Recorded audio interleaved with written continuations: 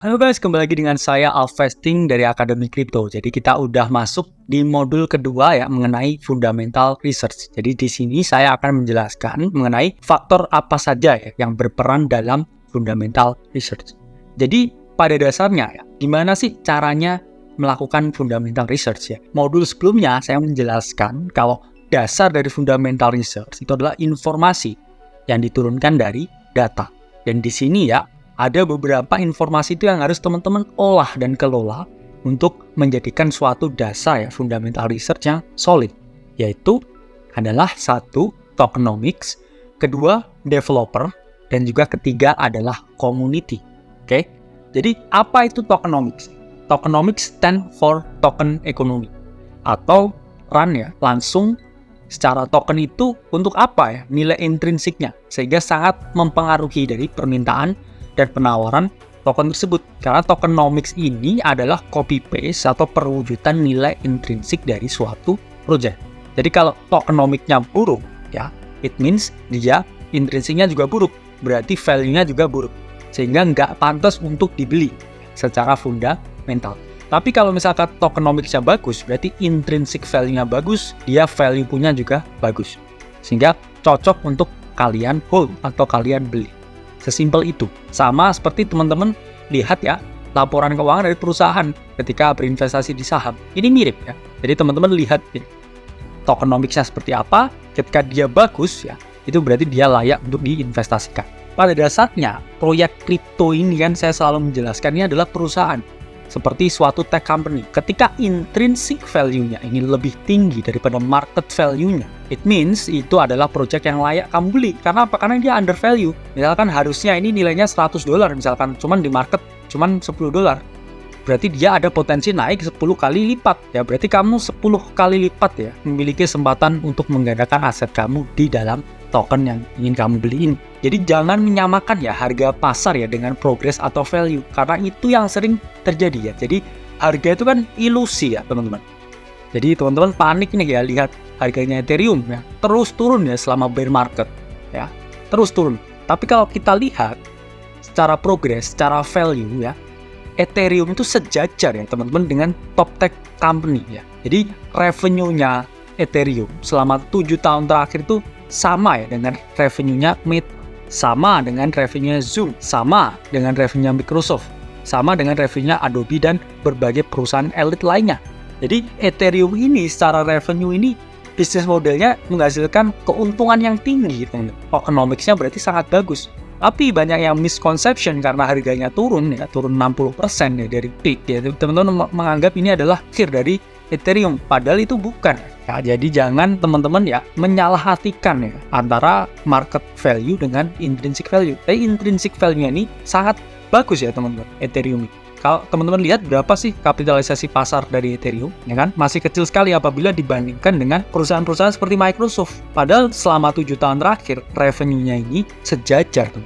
Berarti kan secara teknologi, secara perusahaan, nilainya Ethereum ini tinggi dan sepadan dengan para raksasa-raksasa ini. Sehingga kalau dari perspektif project-project cryptocurrency lain di seluruh protokolnya ini, Ethereum itu tetap yang nomor 1 ya teman-teman.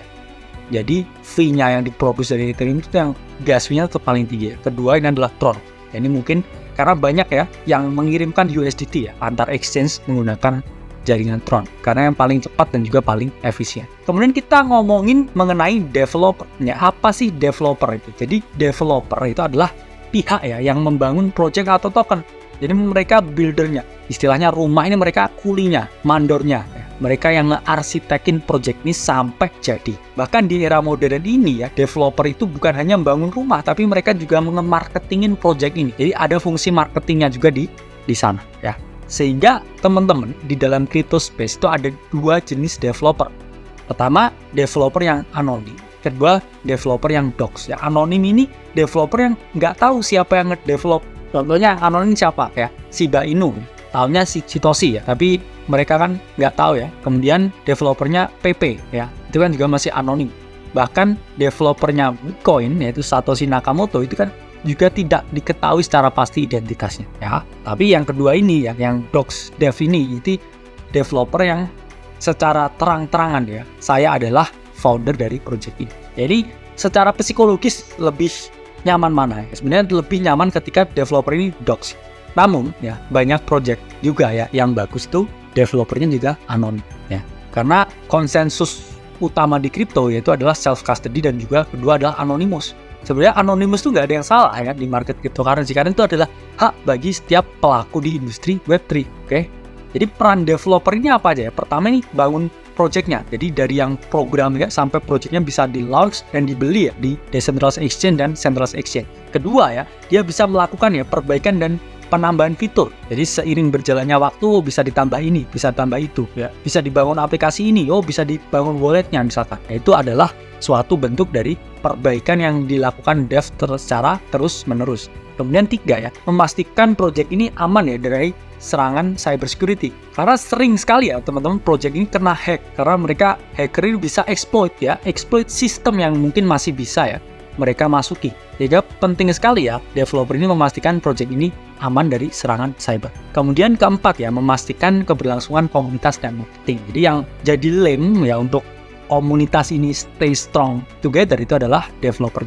Ya, sehingga developer punya peran kunci dalam kegiatan marketing. Kita ngomongin community. Jadi apa itu community ya? Community atau komunitas yaitu merupakan mereka ya yang berinvestasi secara langsung maupun nggak langsung dan juga terus mendukung ya keberlangsungan project ini ya. Jadi community itu orang-orang yang setiap hari di Telegram ya, nongkrong di Telegram terus, nongkrong di Discord terus. Padahal mungkin dia juga nggak banyak belinya, tapi setiap hari ya engage terus ya, chat terus ya di situ. Itu adalah community member. Mereka tuh loyal ya. Tipikalnya loyal apa? Jadi ketika ada yang nyerang project mereka di Twitter, habis ya. Mereka pasti bela mati-matian. Itu adalah fungsinya dari community. Kenapa community itu penting ya teman-teman? Satu, community itu jadi buzzer alami. Jadi ketika mereka udah beli, kan mereka sealing ya backs mereka di Twitter. Jadi mereka karena berinvestasi nih, jadi mereka anonim ya di Twitter juga ikut ya mempromo projectnya tuh setiap hari. Jadi itu adalah buzzer yang gratis.